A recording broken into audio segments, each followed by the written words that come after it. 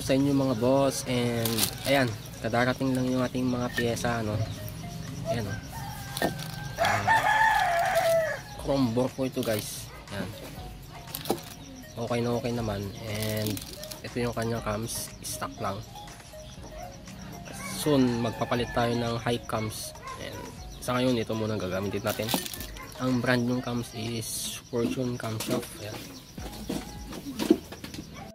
Hello guys, bale day 2 na ngayon. So ito na pala yung kanyang head, ipuport natin kasi may magbibig bore tayo. So kailangan ng mas magandang pasok ng gasolina at saka hangin. Ayan, kailangan natin ipuport to, yung hindi naman masyadong overport. Ayan, ito pala yung gamit ko,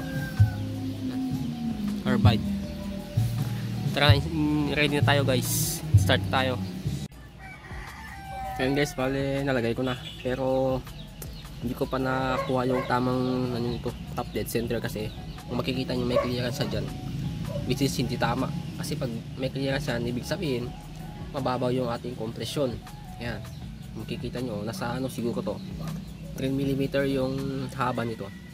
So kailangan na may top dead center natin dito sa kanyang magneto para makuha natin yung kanyang mismong top dead center. Ayan. Diyan muna, and stay tuned lang guys. Bale meron siya kasing gasket. Ayan, nag-gasket ako dito. So kaya naka top dead na tayo dito. Ayan, dito. Pero hindi pa rin natin makuha. Ayan, papakita ko sa inyo guys. Ayan, oh. Yan yung kanyang top dead. Ayan, yan sa guhit na yan. So aalisin na lang natin to para makuha natin yung kanyang top dead. Yan, yan, meron siyang aman dyan, napakalaki, which is dagdag bawas sa ating kompresyon yan pag ganyan. Alisin ko lang muna guys.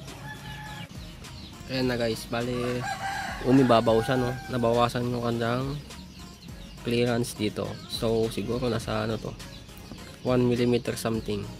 Ayan, wala kasi akong caliper gauge. Yan, pero okay na rin yan para iwas tama. And ito yung kanyang gasket para sa top. Kulang na 1mm to, baka 0.5 siguro to. Ayan, install na natin para matapos na. Kabit na natin dito. Ayan, yan yung ating motor. Ayan, nalagay ko na yung mga valve spring at saka valve at exhaust nya, pero stock pa. Isasama ko na siguro sa next episode yung high cams natin, no? Ito yung kanyang bagong cams na stock. Yan, GY6 yan. I-install na natin dito para matapos na. Ayan guys.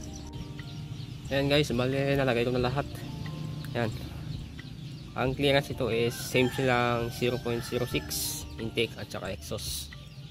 Yan, para swabe yung labas ng hangin at saka pasok ng gasolina. Yan, kasi pag 0.04 lang, 04, eh masyadong mababa yun, mahirapan mag-vendor yung motor natin. So mas maganda to. Yan, yan yung kanyang ano, top dead center. Yan, kung makikita nyo is medyo advanced siya kasi nga wala na tayong gasket dito. So medyo kumabante tayo ng kaunti, ano, para makuha natin yung tamang top dead center nya. Yan, i-install na lang natin dyan.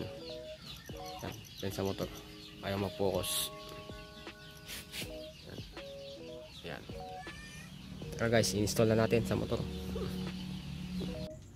Hello guys, bale ginabi na tayo sa pagkakabit ng mga partes ng makina natin, no?